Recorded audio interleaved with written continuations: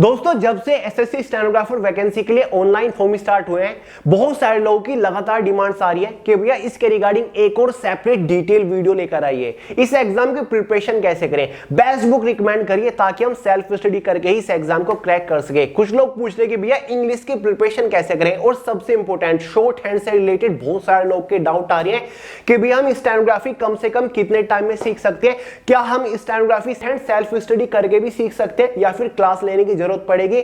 Short hand के लिए सबसे बेस्ट बुक्स कौन सी रहेंगी, हिंदी की शॉर्ट हैंड सीखना सही है या फिर इंग्लिश की शॉर्ट हैंड सीखना सही है। और काफी सारे लोगों के डाउट ट्रांसक्रिप्शन से रिलेटेड आ रहे हैं। कुछ लोग टाइपिंग में ही उलझे हुए हैं कि टाइपिंग जरूरी है फिर नहीं है। तो फ्रेंड्स A to Z इस वीडियो में आपके डाउट्स क्लियर करने वाला हूं एकदम डिटेल से, और एग्जाम को क्रैक करने की एक प्रॉपर स्ट्रेटजी भी आपके साथ शेयर करूंगा, और शॉर्ट हैंड सीखने की एक पर्टिकुलर स्ट्रेटजी भी आपके साथ शेयर करूंगा। बेस्ट बुक वगैरह सब कुछ इस वीडियो में आपको बताने वाला हूं।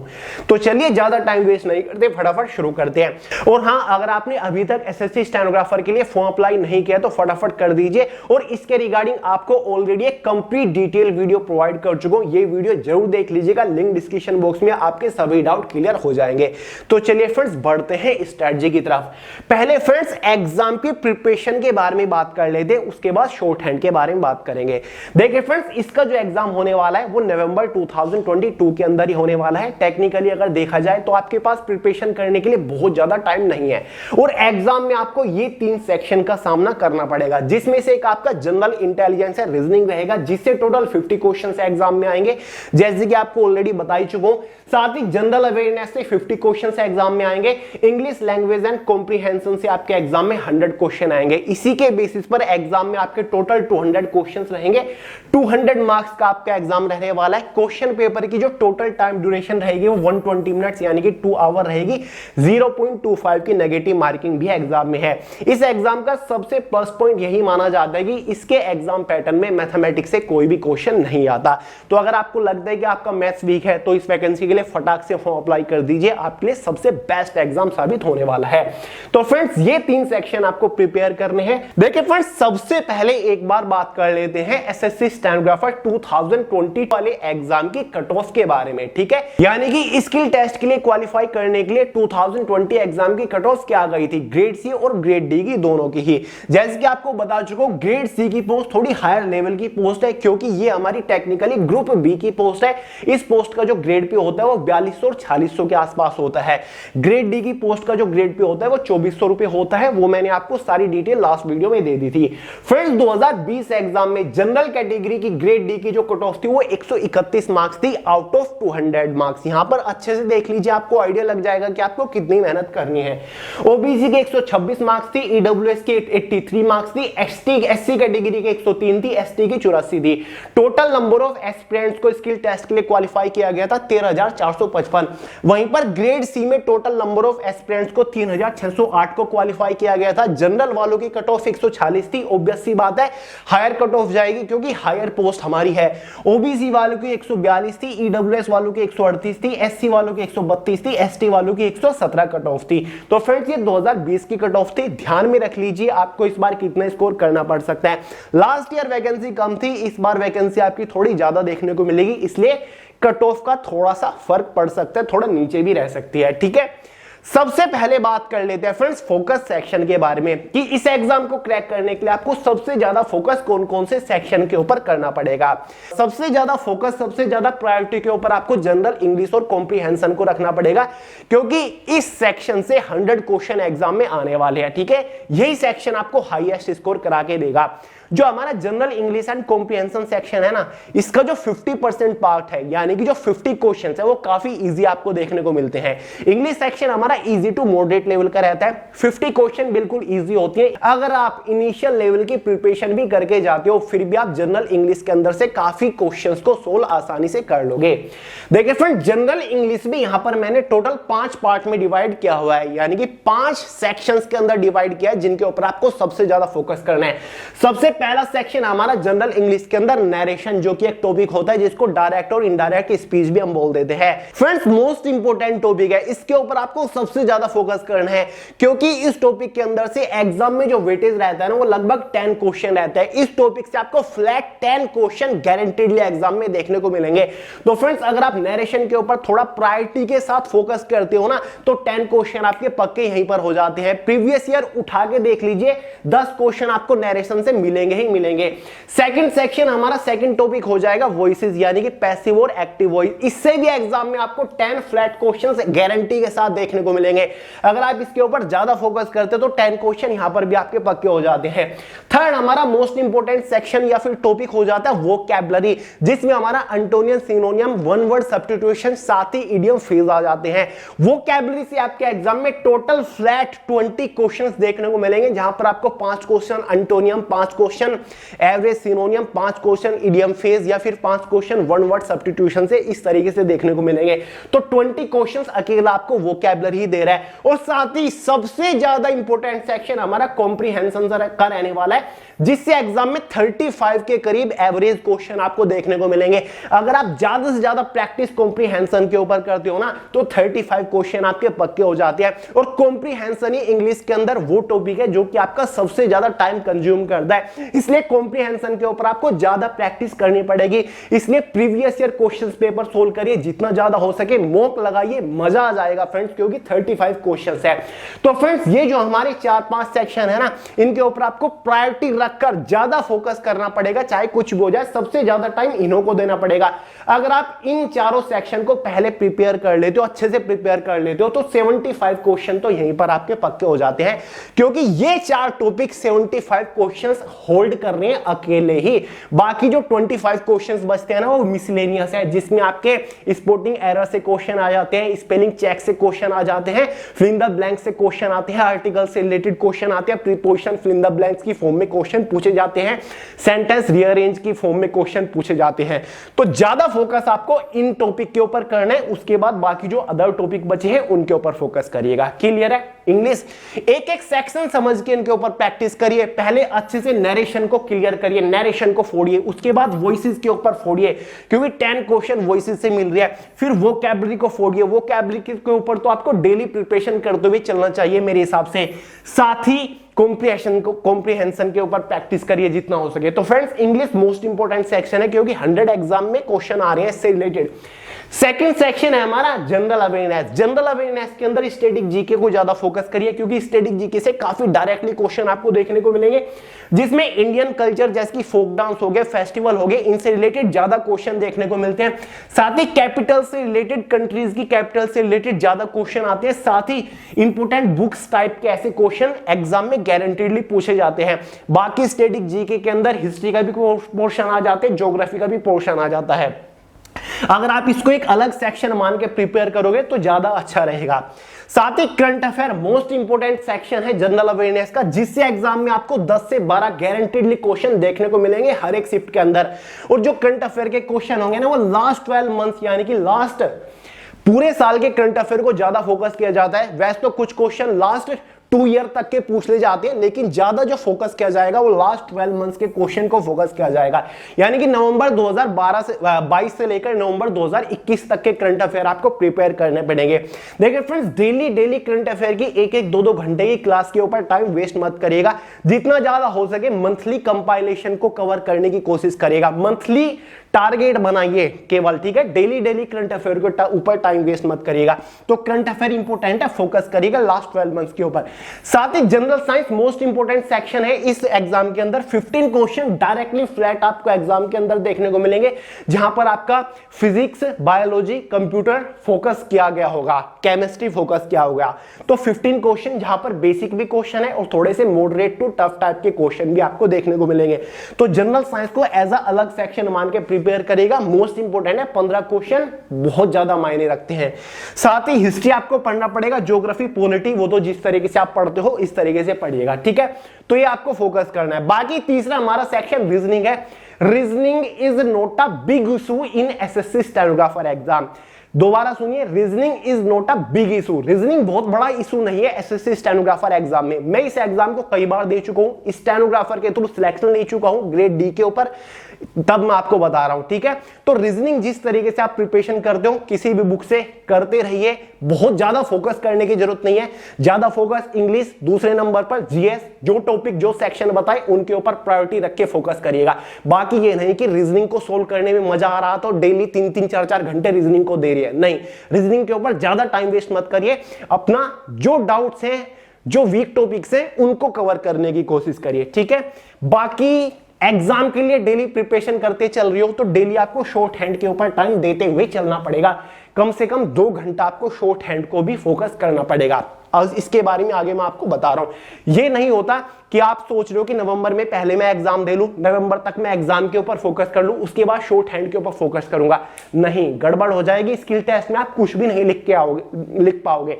तो एग्जाम की प्रिपरेशन और शॉर्ट हैंड साथ साथ लेकर चलना पड़ेगा, तब जाके आपको कुछ बेनिफिट होगा। तो फ्रेंड्स, अब थोड़ा सा स्ट्रेटजी के ऊपर बढ़ लेते हैं। मैंने आपको बताया डेली कम से कम 6 घंटा तो आपको प्रिपरेशन के ऊपर देना ही पड़ेगा। इन 6 घंटों को 2 पार्ट में डिवाइड कर लीजिए, एक 4 घंटे के स्लॉट में और एक 2 घंटे के स्लॉट में, ठीक है। 4 + 2 हमारा 6 घंटे हो गया। ये 4 घंटे जो आपको देने हैं ये एग्जाम के प्रिपरेशन के ऊपर आपको देने हैं, और ये जो 2 घंटे आपकी शॉर्ट हैंड की प्रिपरेशन को आपको देने हैं। पहले बात कर लेते हैं एग्जाम की प्रिपरेशन के बारे में। इसको थोड़ा सा फिलहाल पॉज देते हैं, इसके बारे में मैं आपको आगे बताऊंगा। फिलहाल इन 4 घंटे के ऊपर फोकस करिए। हालांकि इन 4 घंटे के साथ साथ ये 2 घंटे भी आपको शॉर्ट हैंड के ऊपर देते चलना पड़ेगा। किस तरीके से बात कर रहा हूं, पहले एग्जाम की प्रिपरेशन के बारे में बात कर लेते हैं, क्योंकि एग्जाम आपका नजदीक आ चुका है, नवंबर में ही एग्जाम है, ठीक है। तो फ्रेंड्स, ये 4 घंटे है ना, इन 4 घंटों को भी 2 डिफरेंट टाइम स्लॉट्स में डिवाइड कर लीजिए, जहां पर हमारा शुरुआत में मॉर्निंग में ही 1 घंटे का टाइम स्लॉट रहेगा, साथ ही दूसरा हमारा 3 घंटे का टाइम स्लॉट रहेगा।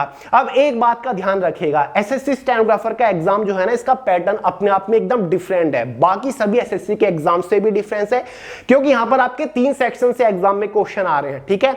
और जो आपके सेक्शन से क्वेश्चन आ रहे हैं ना, उनका वेटेज जो है वो बिल्कुल भी सेम नहीं है, ठीक है, डिफरेंस है। क्योंकि यहां पर आपके इंग्लिश से टोटल 100 क्वेश्चन आ रहे हैं, ठीक है। क्वेश्चंस का वेटेज काफी अनबैलेंस आपके एग्जाम में है, क्लियर है। तो 3 सेक्शन से आ रहे हैं, तो आपकी जो स्ट्रेटजी है वो भी थोड़ी सी डिफरेंट रहेगी प्रिपरेशन करने की। अब कैसे, आपको डेली केवल एक ही सब्जेक्ट को फोकस करना है। ये नहीं कि आप एक ही दिन में जीएस भी पढ़ रहे हो, उसी दिन आप शॉर्ट हैंड भी कर रहे हो, उसी दिन आप इंग्लिश भी कर रहे हो, उसी दिन आप रीजनिंग भी, ऐसा नहीं। एक दिन में केवल एक सब्जेक्ट आपको प्रिपेयर करना है, उसके साथ आपको शॉर्ट हैंड प्रिपेयर करनी है। मान के चलिए पहले दिन आपने डिसाइड किया कि आज मैं जनरल इंग्लिश को फोकस करूंगा। 4 घंटे आपके पास है एग्जाम की प्रिपरेशन करने के लिए, ठीक है, क्योंकि 2 घंटे तो आप शॉर्ट हैंड को दे रहे हो ना, तो 4 घंटे आपको इंग्लिश पढ़नी है पूरा दिन। अब देखिए, इंग्लिश से रिलेटेड आपको कॉन्सेप्ट क्लियर करना बहुत ज्यादा जरूरी है। फ्रेंड्स, कोई भी अच्छा सा टीचर पकड़ लीजिए, या तो ऑफलाइन कोचिंग का पकड़ लीजिए, या फिर कोई यूट्यूब के ऊपर ऑनलाइन पकड़ लीजिए, कोई अच्छा टीचर पकड़ लीजिए, और कॉन्सेप्ट क्लियर करने के लिए आप उसकी क्लास ले सकते हैं। क्योंकि फ्रेंड्स, इंग्लिश से 100 क्वेश्चन आ रहे हैं, इसको हम हल्के में नहीं ले सकते, इसलिए हर एक टॉपिक का कॉन्सेप्ट क्लियर करना बहुत ज्यादा जरूरी है, तभी आप एग्जाम में क्वेश्चंस बना पाओगे, ठीक है। तो भाई, सबसे पहले आपको क्या करना है, अगर आपको कॉन्सेप्ट क्लियर करने की जरूरत पड़ रही है तो मॉर्निंग में 1 घंटा जो है आप उसकी क्लास ले सकते हो, ऑनलाइन क्लास ले सकते हो, फिर किसी टीचर से ऑफलाइन ट्यूशन वगैरह आप ले सकते हो, ठीक है। 1 घंटा आपने क्लास ले ली, जो टॉपिक आपने क्लास में पढ़ा उसी टॉपिक को आपको सेल्फ स्टडी करना है, और आपके पास 3 घंटा है। फ्रेंड्स, इंग्लिश से 100 क्वेश्चन आ रहे हैं, इंग्लिश एक बड़ा पोर्शन है, इसलिए आपको इंग्लिश को ज्यादा टाइम देना पड़ेगा। तो 4 घंटा आपको इंग्लिश में देना ही पड़ेगा। 1 घंटा आप क्लास ले रहे हो और 3 घंटा आपको खुद से सेल्फ स्टडी करना पड़ेगा। फ्रेंड्स, एक गलती बिल्कुल भी मत करिएगा कि आप 1 घंटा जीएस पढ़ रहे हो, फिर 1 घंटा आप रीजनिंग पढ़ रहे हो, फिर 1 घंटा आप इंग्लिश पढ़ रहे हो, फिर 1 घंटा आप शॉर्ट हैंड पढ़ रहे हो, और फिर 2-3 घंटा आप दिन में क्लास भी ले रहे हो। प्रिपरेशन तो आपने पूरा दिन 7-8 घंटा कर ली, लेकिन 1-1 घंटा किसी भी सब्जेक्ट को प्रॉपर टाइम यहां पर आप नहीं दे पा रहे हो। तो मेरे हिसाब से तो अगर आप किसी सेक्शन को पढ़ रहे हो तो उसको अच्छे से टाइम दे के पढ़ो, ठीक है, जहां पर आप अच्छे से क्लास लेके कॉन्सेप्ट भी क्लियर कर रहे हो, फिर उसी टॉपिक को आप सेल्फ स्टडी भी कर रहे हो, एक प्रॉपर टाइम आप दे रहे हो, 2-3 घंटा पर्टिकुलर तरीके से सेल्फ स्टडी कर रहे हो, तभी कुछ अच्छे से दिमाग में आपके घलेगा। और फ्रेंड्स वोकैबुलरी इंग्लिश के अंदर एक मोस्ट इंपोर्टेंट सेक्शन है, एग्जाम में 20 क्वेश्चन वोकैब से मिलेंगे। डेली जब भी आप प्रिपरेशन करने बैठो आधा घंटा वोकैबुलरी को डेली दो, ठीक है। ये 3 घंटा सेल्फ स्टडी के हैं, तो इसमें से आधा घंटा आप वोकैबुलरी के लिए डेली निकालो। कुछ वोकैबुलरी 10 से 12 एंटोनियम लिखे आपने, 10 से 12 सिनोनियम्स लिखे, 10 से 12 इडियम फ्रेज लिखे, 10 से 12 वन वर्ड सब्स्टिट्यूशन, उनको नोट करो, उनको अच्छे से लर्न करो, उनको अच्छे से प्रिपेयर करो। डेली आपको यही सिनेरियो फॉलो करना है, ठीक है। तो मजा आ जाएगा, जबरदस्त प्रिपरेशन आपकी हो जाएगी। क्लियर है। और फ्रेंड्स दूसरा सब्जेक्ट कैसे आपको स्विच करना है, मान के चलिए आप इंग्लिश पढ़ रहे हो, कोई टॉपिक आप पढ़ रहे हो, नरेशन ही आप पढ़ रहे हो, एक दिन में नरेशन टॉपिक खत्म नहीं हुआ, दूसरा दिन लग गया, कोई बात नहीं, दूसरे दिन भी इंग्लिश में नरेशन ही पढ़ो। 2 दिन में टॉपिक नहीं खत्म हुआ, कोई बात नहीं, तीसरे दिन भी नरेशन को पढ़ो। जब तक एक पर्टिकुलर टॉपिक के ऊपर अच्छे से प्रैक्टिस नहीं हो जाती, जब तक किसी एक पर्टिकुलर टॉपिक का कॉन्सेप्ट अच्छे से क्लियर नहीं हो जाता, जब तक आप एक पर्टिकुलर टॉपिक के ऊपर अच्छे से प्रैक्टिस नहीं कर लेते, तब तक आपको सब्जेक्ट स्विच नहीं करना। अगर 3 दिन आपको इंग्लिश के ऊपर ही लग रहे हैं तो कोई दिक्कत नहीं, कोई प्रॉब्लम नहीं, आप 3 दिन टाइम दो, प्रॉपर टाइम दो। 3 दिन के अंदर आपने एक पर्टिकुलर टॉपिक खत्म कर लिया, पढ़ के अच्छे से स्ट्रॉन्ग कर लिया, तब इसकी जगह आप दूसरे सब्जेक्ट को चेंज कर सकते हो, इसकी जगह आप जनरल अवेयरनेस को लेकर आ सकते हो। फिर जनरल अवेयरनेस को आपको इसी तरीके से प्रिपरेशन करना है। 1 घंटा आपने क्लास ले ली कॉन्सेप्ट क्लियर करने के लिए, और 3 घंटा आप सेल्फ स्टडी करोगे, सॉरी 2.5 घंटा सेल्फ स्टडी करोगे, क्योंकि आधा घंटा तो आप डेली वोकैबुलरी को देते हुए चल रहे हैं, ठीक है। और फ्रेंड्स जब एक पर्टिकुलर सेक्शन जनरल अवेयरनेस का कवर हो जाए, मान के चलिए आपने हिस्ट्री को टारगेट किया कि मैं पूरा हिस्ट्री कवर करूंगा, जब हिस्ट्री पूरा कवर हो जाए, चाहे इसमें 1 दिन लग जाए, 2 दिन लग जाए, 3 दिन लग जाए, आपको प्रॉपर कवर करना है। उससे रिलेटेड ज्यादा से ज्यादा ऑब्जेक्टिव क्वेश्चंस के ऊपर भी प्रैक्टिस करनी है, थ्योरी भी आपको पढ़नी है, कॉन्सेप्ट भी आपको क्लियर करना है। जैसे ही पूरा एक सेक्शन कवर हो जाए, उसकी जगह फिर दूसरे सेक्शन को स्विच कर लीजिए, उसकी जगह इंग्लिश ले सकते हो या फिर आप रीजनिंग ले सकते हो। क्लियर है। तो ऐसे आपको करते हुए चलना है। छोटे छोटे टारगेट भी बना सकते हो, ऐसे नहीं कि आपने पूरा हिस्ट्री को टारगेट कर लिया, आप हिस्ट्री ऑफ एंशिएंट इंडिया को टारगेट कर लो जो कि 2 दिन के अंदर खत्म हो जाए। तो इस तरीके से अभी आप छोटे छोटे टारगेट बना के भी चल सकते हो, लेकिन आपको अच्छे से भरपूर टाइम देना है किसी एक पर्टिकुलर टॉपिक को। ये नहीं कि आप एक ही दिन में 3-4 सेक्शन कवर करते हुए चल रहे हो और पल्ले कुछ पढ़ नहीं रहा, क्योंकि प्रॉपर टाइम ही नहीं दे पा रहे हो आप किसी एक पर्टिकुलर सेक्शन को। तो इस तरीके से आपको प्रिपरेशन करते हुए चलना है। क्लियर है। और फ्रेंड्स साथ ही साथ ये तो आपके 4 घंटे प्रिपरेशन को हो गई, साथ ही साथ 2 घंटा आपको शॉर्ट हैंड को भी देना है। देखिए फ्रेंड्स यहां पर आप 1 घंटा शुरुआत में इंग्लिश पढ़ रहे हो, तो 1 घंटा आपने क्लास ली, 3 घंटा आप इंग्लिश पढ़ रहे हो, आधा घंटा जहां पर आप 30 मिनट आप डेली वोकैबुलरी को दे रहे हो और सेल्फ स्टडी कर रहे हो, बाकी के 2.5 घंटा जो आपने क्लास में पढ़ी। 2 घंटा आपको निकालने हैं शॉर्ट हैंड के लिए भी, मतलब स्टेनोग्राफी के लिए भी, जहां पर आप 2 घंटे को 2 टाइम स्लॉट में डिवाइड कर लोगे 1-1 घंटे के, जहां पर 1 घंटा आप शॉर्ट हैंड की क्लास लोगे और 1 घंटा आप सेल्फ स्टडी लोगे। अब बहुत सारे लोगों का एक डाउट बना हुआ है कि क्या भैया स्टेनोग्राफी सीखने के लिए क्लास लेनी जरूरी है? मेरा जवाब आपके लिए ये है कि अगर आप इनिशियल लेवल पर हो, आप एक बिगिनर हो, आप शुरुआत कर रहे हो शॉर्ट हैंड सीखने की, तो कम से कम इनिशियल लेवल पर 1 महीना आपको क्लास लेनी पड़ेगी। 1 महीने की गाइडेंस बहुत ज्यादा जरूरी है, चाहे वो कोई ऑफलाइन टीचर हो, कोई ट्यूशन ले रहे हो आप ऑफलाइन, या फिर आपका कोई ऑनलाइन टीचर हो, लेकिन 1 महीने की शुरुआत में गाइडेंस की बहुत ज्यादा जरूरत है, क्योंकि स्टेनोग्राफी शॉर्ट हैंड में एक्यूरेसी की बहुत ज्यादा जरूरत पड़ती है। तो कोई आपको एक्यूरेट करने के लिए होना चाहिए, आपको कोई सही करने के लिए होना चाहिए, आपकी कोई गलती पकड़ने के लिए होना चाहिए। तो शुरुआत का 1 महीना तो कम से कम आपको किसी गाइडर की, किसी टीचर की जरूरत पड़ेगी।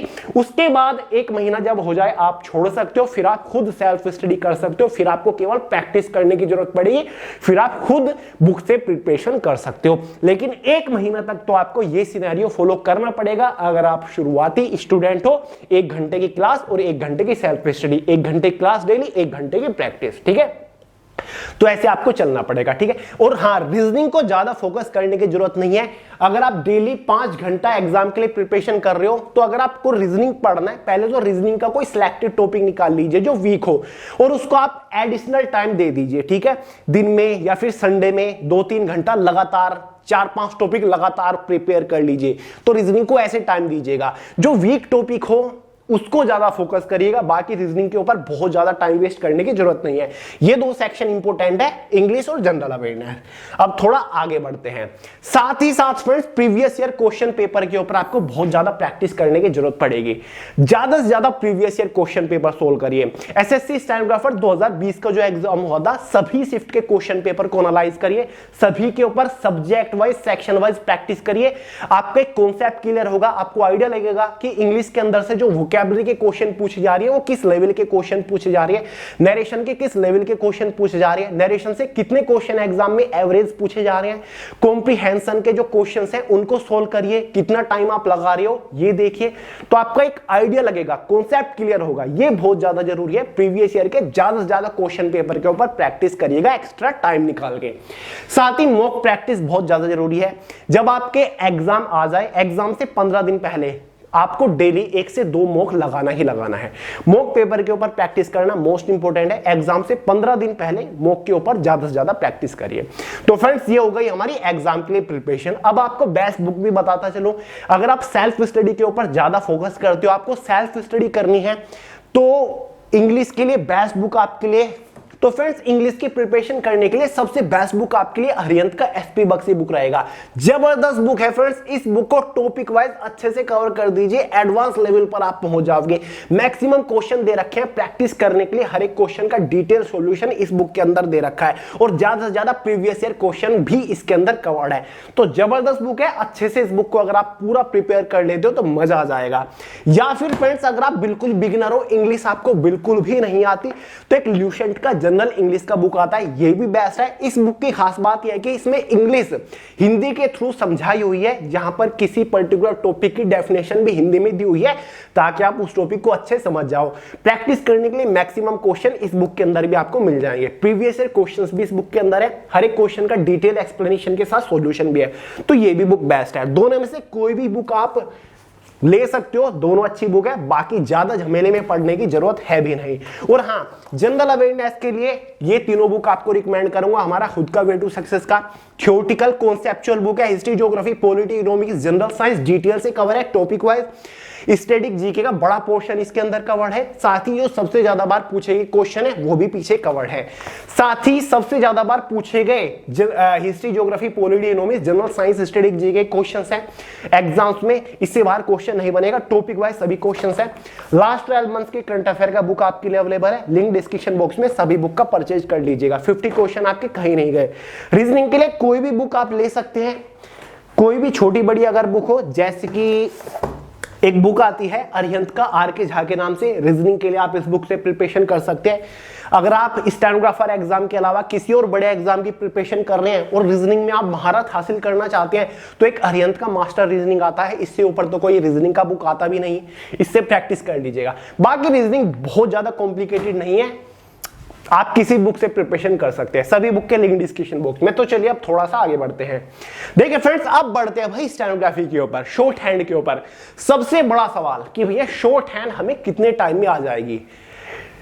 कम से कम शॉर्ट हैंड में 4 मंथ्स तो आपके लगने ही लगने हैं। अब काफी सारे लोग कमेंट करके लिख रहे होंगे कि भैया 4 मंथ में हो ही नहीं सकता, शॉर्ट हैंड इंपॉसिबल है। आपके सामने सबसे बड़ा एग्जांपल खड़ा हुआ है। 4 महीने के अंदर मैंने शॉर्ट हैंड क्लियर की हुई है। सब कुछ डिपेंड करता है आपकी प्रैक्टिस के ऊपर, आपके डेडिकेशन के ऊपर, आपकी मेहनत के ऊपर, आपके माइंड के ऊपर। ठीक है, कितना फोकस के साथ आप प्रैक्टिस कर रहे हो, कितना टाइम आप शॉर्ट हैंड को दे रहे हो। 4 महीने के अंदर भी आप शॉर्ट हैंड सीख सकते हो बेसिक लेवल से। 80 वर्ड पर मिनट की स्पीड आप निकाल सकते हो हिंदी या फिर इंग्लिश पे। सब कुछ डिपेंड करता है कि आप कितनी मेहनत करते हो। जैसे ही मेरा एग्जाम क्रैक हुआ था ना, मेरे पास केवल 1.5 महीना ही बचा था। मैंने दिन रात एक कर दिया था। मेरे याद है यार 18 घंटे लगातार शॉर्ट हैंड में लिख रहा था। ठीक है, तो कम से कम तो भाई 4 महीने तो लगने ही हैं। बाकी इससे ऊपर आपके ऊपर डिपेंड करता है कि आप कितनी प्रैक्टिस कर रहे हो, बीच में प्रैक्टिस छोड़ रहे हो या फिर आप कंटिन्यूअसली कर रहे हो। बाकी 4 महीने लग सकते हैं, और इससे ऊपर तो 6 महीने, साल, 1.5 साल आपके ऊपर डिपेंड है। बाकी 4 से 6 महीने मिनिमम में आप कर सकते हो, कोई बड़ी प्रॉब्लम नहीं है।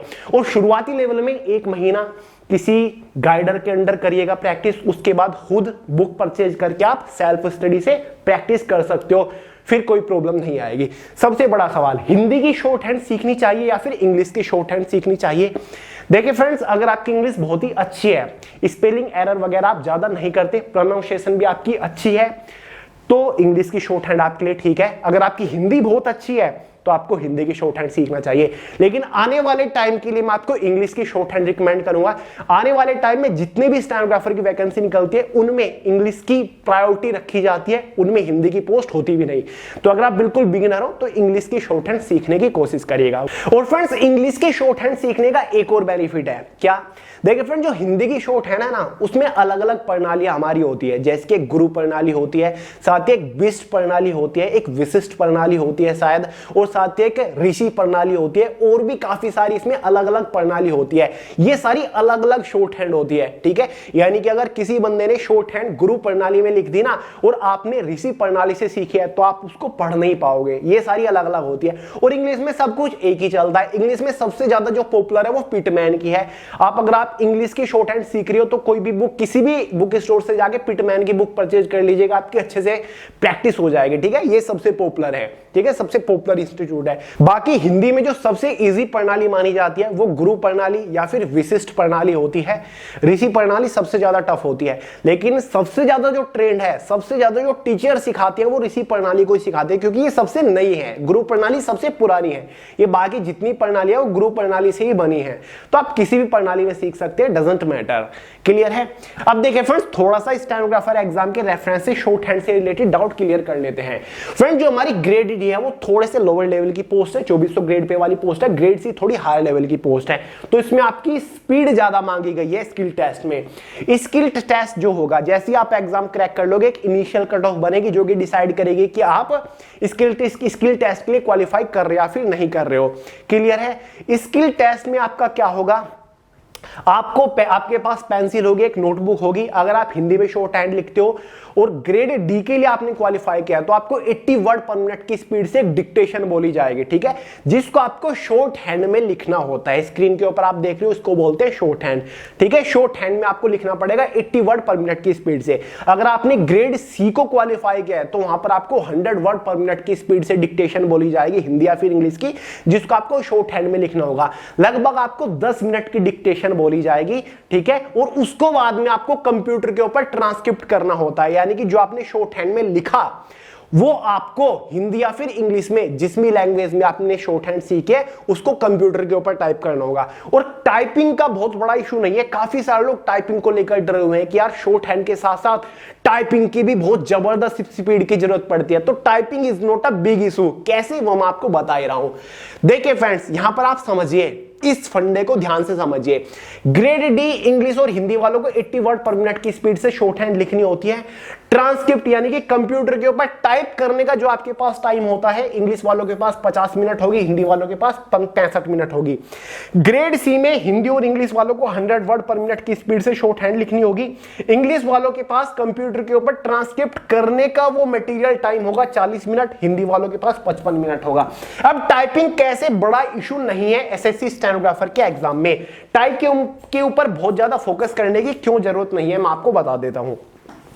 देखिए फ्रेंड्स, हमारा ग्रेड डी है, 80 वर्ड पर मिनट की स्पीड से आपको मान के चलिए शॉर्ट हैंड लिखनी है हिंदी या फिर इंग्लिश में, ठीक है। 10 मिनट की आपको डिक्टेशन बोली जाएगी, मतलब 10 मिनट में टेक्निकली आपको 800 वर्ड लिखने हैं। 10 मिनट में 800 वर्ड आपको लिखने हैं, ठीक है। ये इंग्लिश में। इसका मतलब क्या हो गया, 800 वर्ड इन 15 मिनट। ट्रांसक्रिप्ट करने का कितना टाइम है आपके पास, इंग्लिश वालों के पास ग्रुप डी ग्रेड डी में कितना टाइम है, 50 मिनट है। यानी कि जो आपने 800 वर्ड शॉर्ट हैंड में लिखे, आपके पास 50 मिनट होंगी उनको टाइप करने की। यानी कि 50 मिनट में आपको वो 800 वर्ड टाइप करने होंगे हिंदी या फिर इंग्लिश में, ठीक है। इंग्लिश वालों की बात हो रही है क्योंकि ट्रांसक्रिप्ट करने का टाइम अलग अलग है हिंदी और इंग्लिश वालों का। तो 800 वर्ड आपको 50 मिनट में कंप्यूटर के ऊपर टाइप करने हैं। इसका मतलब क्या हो जाएगा 800 वर्ड को आप 50 मिनट से डिवाइड कर दीजिए। इसका मतलब हो जाएगा ग्रेड डी के लिए इंग्लिश की जो टाइपिंग स्पीड होनी चाहिए वो केवल 16 वर्ड पर मिनट होनी चाहिए। अगर आपकी स्पीड 16 वर्ड पर मिनट भी है टाइपिंग की, तो आप 800 वर्ड आराम से 50 मिनट के अंदर लिख लोगे ग्रेड डी में इंग्लिश वाले। तो टाइपिंग की बहुत जबरदस्त स्पीड इसमें नहीं चाहिए। आपको अगर बेसिक टाइपिंग आती है तो आप कर लोगे, कोई बड़ा इशू नहीं है। ऐसे ही अगर आप हिंदी में देखो, 800 वर्ड आपको 65 मिनट में टाइप करने हैं, इसका मतलब हो जाएगा 800 डिवाइडेड बाय 65 कर दीजिए। ग्रेड डी में हिंदी वालों को टाइपिंग की स्पीड केवल 12 वर्ड पर मिनट चाहिए। 12 मिनट में आप ये 800 वर्ड 12 वर्ड पर मिनट की स्पीड से ये 800 वर्ड आराम से आप 65 मिनट के अंदर टाइप कर दोगे, ठीक है। तो बहुत भयंकर टाइपिंग की स्पीड यहां पर नहीं है। 30 या फिर 35 वर्ड पर मिनट की स्पीड नहीं चाहिए। केवल अगर आपको बेसिक टाइपिंग भी आती है तो आप आसानी से कर लोगे। 1 महीना टाइपिंग सीख लीजिएगा, आपका काम हो जाएगा। वैसे मैं आपको रिकमेंड करूंगा, जब आप डेली शॉर्ट हैंड की प्रैक्टिस कर रहे होंगे, जो आपने लिखा वो तो आपको प्रिपरेशन करना ही है, वो तो आपको पढ़ना ही है खुद से, साथ ही उसको कंप्यूटर के ऊपर भी टाइप करते हुए चलेगा। शुरुआत के 1 से 2 महीना कम से कम कंप्यूटर की टाइपिंग जरूर सीखेगा, अगर आप हिंदी या फिर इंग्लिश की टाइपिंग शॉर्ट हैंड लिखने जा रहे हैं, ठीक है।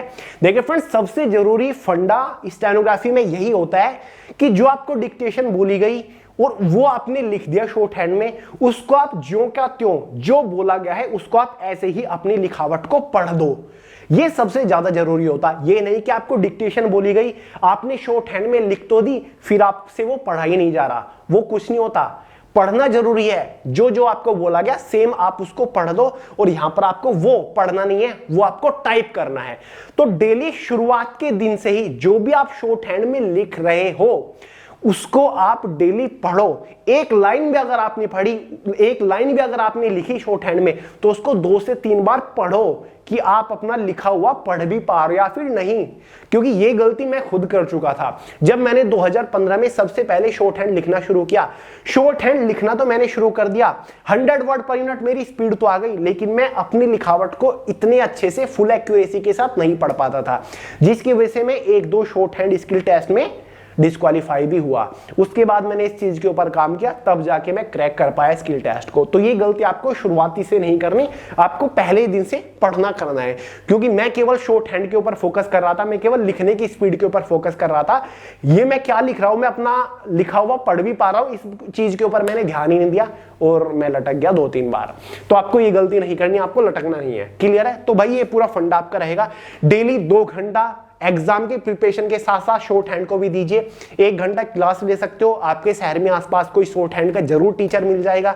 उसके अंदर 1 महीना कम से कम डेली 1 घंटा प्रैक्टिस करिए, ठीक है। वो आपको सिखा देगा, वो आपका बेसिक कॉन्सेप्ट क्लियर कर देगा। उसके बाद आपको खुद प्रैक्टिस करनी है, उसके बाद तो आपको स्पीड के ऊपर फोकस करना है। बाकी सारी चीजें किताबों के अंदर दे रखी होती हैं कि ये जो सिंबल है इसका मतलब क्या होता है, ए होता है, या फिर ये जो है ये क्या होता है, या फिर ये जो है ये का होता है। ये सारी चीज बुक्स के अंदर होती है, आप खुद कर लोगे।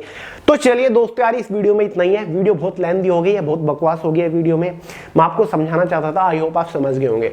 तो चलिए, वीडियो पसंद है लाइक कर दीजिएगा, दोस्तों का शेयर करिएगा, चैनल को सब्सक्राइब करना मत भूलिएगा। मिलते हैं अगली वीडियो में बहुत जल्द, तब तक के लिए जय हिंद।